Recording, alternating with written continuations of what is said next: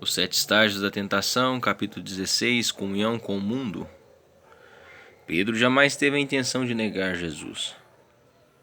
Você pode ter certeza de que essa era a última coisa que lhe passava pela cabeça, enquanto seguia Jesus até o pátio de Caifás, o sumo sacerdote. Talvez ainda abrigasse uma selvagem esperança de salvá-lo, ou talvez simplesmente não suportasse a ideia de abandoná-lo na hora da necessidade, seja qual for o motivo. Seu propósito de ficar ali não tinha absolutamente nada a ver com a negação. Disso tenho certeza. Então, como ele acabou fazendo exatamente isso? Não foi uma vez, mas 3 e ainda praguejando? É uma boa pergunta e merece considerações cuidadosas. Solidão. O fracasso de Pedro não foi um ato isolado. Foi uma culminação de uma série de decisões, cada uma dando lugar à outra, até que a negação se tornou quase inevitável. Vou descrever o cenário. Era tarde, e Pedro não estava apenas fisicamente exausto, mas emocionalmente esgotado também. Estava com frio e sentia solidão. Quando entrou no pátio, Pedro viu alguns guardas do templo e servos do sumo sacerdote reunidos ao redor de uma fogueira. Hesitou apenas um momento, então atravessou o pátio e juntou-se a eles. Talvez utilizasse o frio como desculpa, ou talvez dissesse a si mesmo que buscava informações, mas no fundo de seu coração sabia a verdade. Queria companheirismo e, embora provavelmente não a encontrasse junto àqueles que se aqueciam ao fogo, pelo menos não ficaria sozinho. Por natureza, ele era um homem gregário. Na companhia dos outros sentia-se confiante e era expansivo. Ele se alimentava da presença dos outros, extraindo forças da sua atenção e aprovação. Sozinho, parecia encolher-se dentro de si mesmo. A insegurança que sua personalidade impetuosa lhe impunha voltou, vingativa. Como muitos de nós, ele sem dúvida ouvia vozes no seu íntimo que lhe dizia que os outros sabiam a verdade a respeito dele, que sabiam como ele era fingido. O resultado é que nunca conseguia acalmar-se. Precisava constantemente que as pessoas que o cercavam lhe dessem segurança para aquietar essas vozes perturbadoras dentro dele. Naquela noite sentia-se especialmente inseguro. Além de Jesus ter sido preso, antes de ter sido levado, ele olhara nos olhos de Pedro e lhe dissera: asseguro-lhe que ainda hoje, esta noite, antes que 2 vezes cante o galo, você me negará 3 vezes. Marcos 14, versículo 30, NVI. É claro que Pedro o desdisse enfaticamente: mesmo que eu tenha que morrer contigo, nunca te negarei. Ele respondeu. Marcos 14, 31, NVI. Ali, acocorado na sombra, um tanto distante do fogo, ele não conseguia imaginar quem era o Pedro verdadeiro. Será que ele era o homem ousado que havia arriscado a vida para defender Jesus no Getsêmani, ou um covarde destinado a negar o seu Senhor? Puxar a espada havia sido um ato de bravura, ou apenas uma tentativa desesperada de ser o que ele não era? Essas e uma série de outras interrogações atormentadoras impulsionaram-no a procurar abrigo na companhia de estranhos. A necessidade de companheirismo de Pedro, nessa hora crítica, não deveria ser considerada como fraqueza ou defeito de caráter. Assim como o corpo expressa sua necessidade de alimento por meio da fome, a alma expressa sua necessidade de relacionamento por meio dos sentimentos de solidão. Na realidade, o companheirismo é para a alma o que a respiração é para o corpo. Sem ela, não podemos realmente experimentar vida. Em seu romance Ratos e Homens, John Steinbeck apresenta as comoventes palavras de um negro aleijado chamado Crooks, que lamenta sua solidão. Um cara precisa de alguém? Crooks disse gentilmente. Talvez você consiga entender agora. Você tem o George. Você sabe que ele vai voltar. Imagine que você não tem ninguém. Imagine que você não pode entrar no alojamento e participar porque é negro. O que você acharia disso? Imagine que você precisa ficar sentado aqui fora lendo livros. É claro que você pode jogar malha a noite inteira, até anoitecer. Mas depois tem de ler os livros. Os livros não resolvem. Um cara precisa de alguém para ficar perto dele. Ele gemeu. Um cara fica louco se não tem alguém. Não importa quem seja, contanto que fique com você. Eu lhe digo, ele gritou. Eu lhe digo, um cara fica muito sozinho e fica doente. E Crooks tinha razão. Se uma pessoa fica muito solitária, fica doente. Mas ele estava tristemente enganado em pensar que tudo que uma pessoa precisa é de presença física. Durante períodos de tensão desordenada, uma pessoa fica especialmente vulnerável à influência exterior e, se ficar em companhia errada, certamente vai acabar mal. Considere, por exemplo, o que aconteceu à patinadora olímpica Tonya Harding, má companhia. Em março de 1994, Tonya Harding foi acusada de suborno para ajudar a encobrir o ataque contra a patinadora Nancy Kerrigan. Na ocasião do processo, ela declarou firmemente que não tinha conhecimento anterior do ataque, um ponto fortemente contestado por seu ex-marido, Jeff Gillooly, que era o responsável pelo esquema de eliminar Kerrigan do campeonato de patinação no gelo dos Estados Unidos. De acordo com Gillooly, Tonya sabia de tudo desde o início. Como parte de sua pena, Harding foi multada em $100.000 e 3 anos de custódia. O tribunal também exigiu que ela passasse por exame psiquiátrico, prestasse 500 horas de serviços comunitários e doasse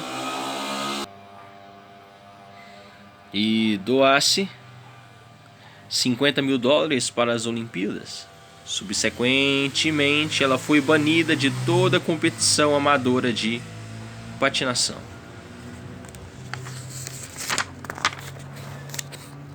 Quando uma pessoa procura a companhia do mundo, é apenas uma questão de tempo até que seja tentada a negar o seu salvador?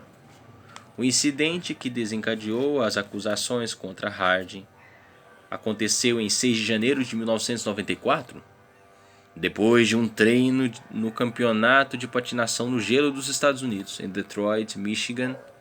Nancy Kerrigan foi brutalmente atacada. O assaltante feriu-a nos joelhos com a barra de metal. Embora os ferimentos de Kerrigan não pudessem pôr em risco a sua carreira, foram sérios o suficiente para forçá-la a afastar-se do campeonato de patinação no gelo dos Estados Unidos. Seu afastamento abriu a porta para Harding, que veio a vencer o campeonato e qualificar-se para as Olimpíadas de Inverno na Noruega. Considerando que Harding e Kerrigan eram rivais ferrenhas, Tonya ficou imediatamente sob suspeita. Embora declarasse que não tinha conhecimento do ataque, poucos duvidaram de sua culpa, especialmente depois que as autoridades prenderam seu ex-marido, Jeff Gillooly, e 2 companheiros. Harding e Gillooly haviam se divorciado em agosto de 1993, mas se reconciliaram e viviam juntos por ocasião do ataque. Os outros 2 homens presos eram Shawn Eric Eckhart, um guarda-costas que foi identificado como o atacante, e Derrick Brian Smith, que dirigia o carro para a fuga. O que aconteceu? Como pôde alguém que parecia ter o mundo em suas mãos fazer uma coisa tão estúpida? Sem dúvida, há mais coisas aqui do que as visíveis, mas de algo podemos ter certeza. Tonya Harding estava relacionando-se com a turma errada. De modo nenhum isso a absolve de sua responsabilidade do que aconteceu. Contudo, pode lançar um pouco de luz no caso. Embora Tonya viesse de um contexto miserável, tanto economicamente quanto emocionalmente, ela estava saindo-se bem nas suas tentativas de superar tudo quando conheceu Jeff Lulie, um jovem dominador de 18 anos de idade, de temperamento violento. Com apenas 15 anos de idade naquela ocasião, ela abandonou logo o colégio e 3 anos depois casou-se com ele, contra a vontade de seus pais e seu técnico. Assim começou um relacionamento interdependente caracterizado por episódios horripilantes de abuso físico, separação, normas repressoras, divórcio e reconciliação. Dados esses fatos, não é difícil imaginar a influência negativa de Lulie sobre Harding. Só ficamos imaginando como sua vida poderia ter sido diferente se ela tivesse escolhido com mais cuidado as suas companhias.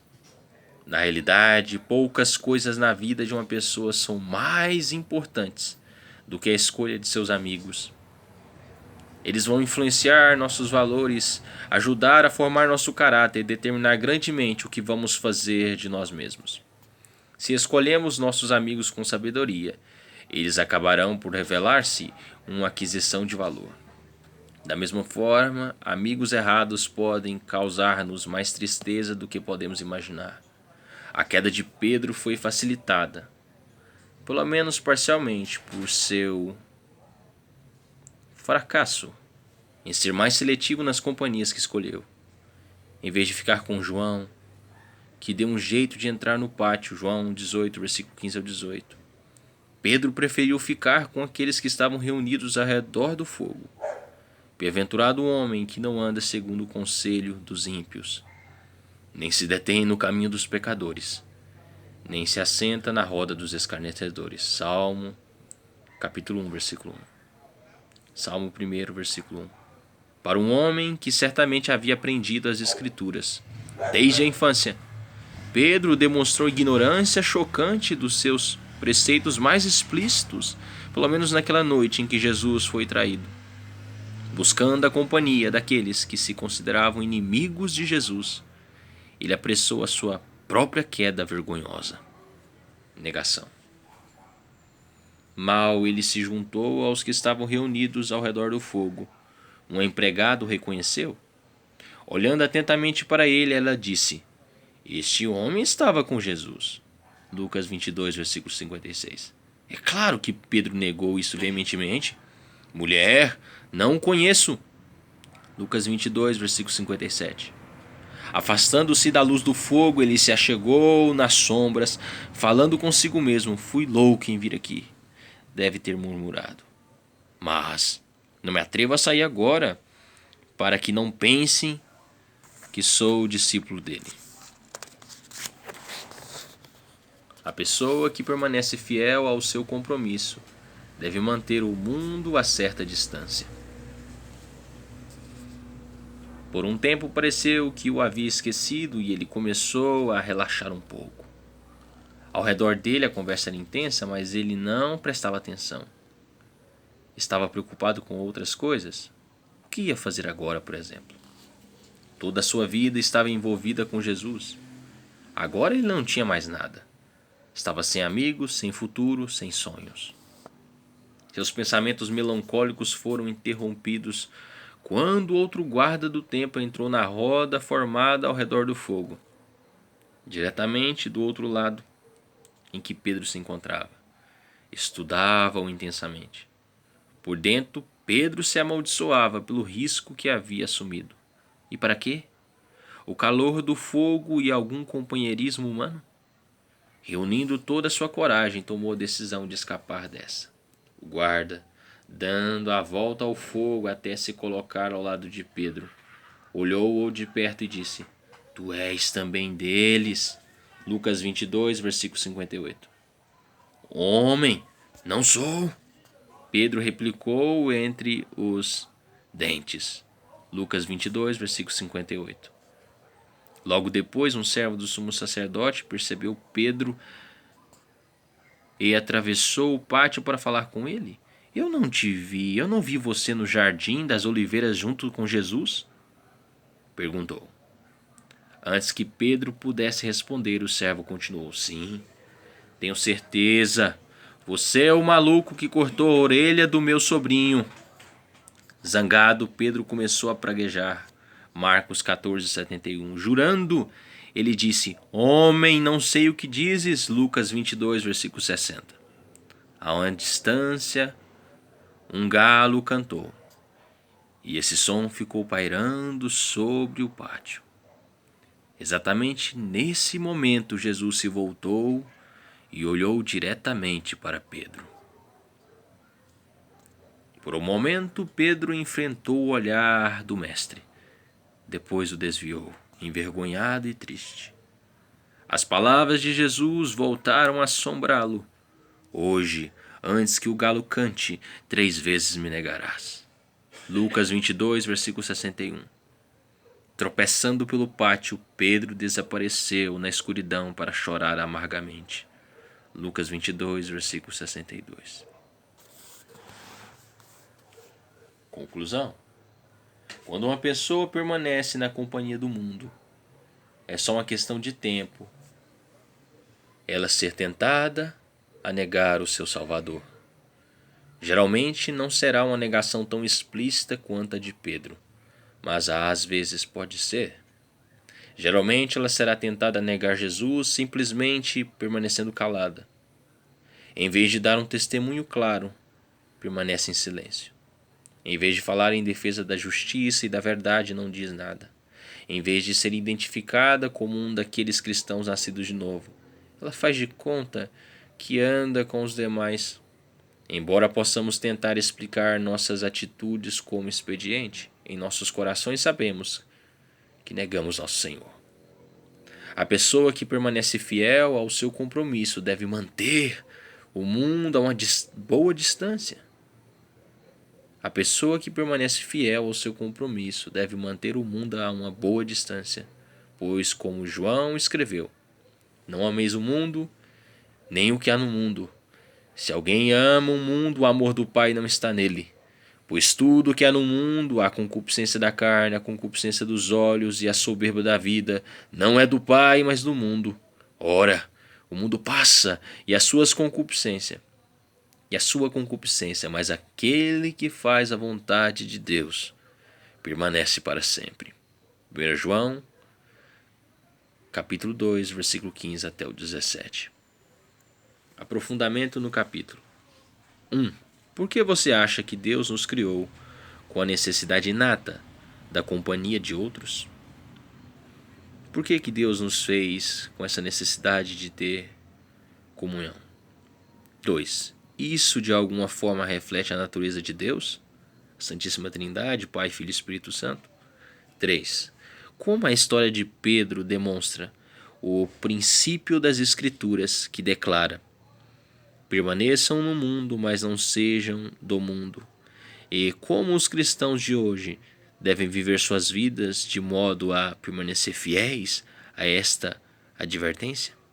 Então escreva a sua opinião sobre essas 3 perguntas num caderninho ou nos comentários. Espero que tenha gostado deste capítulo. Próximo capítulo, se Deus quiser, capítulo 17, negação.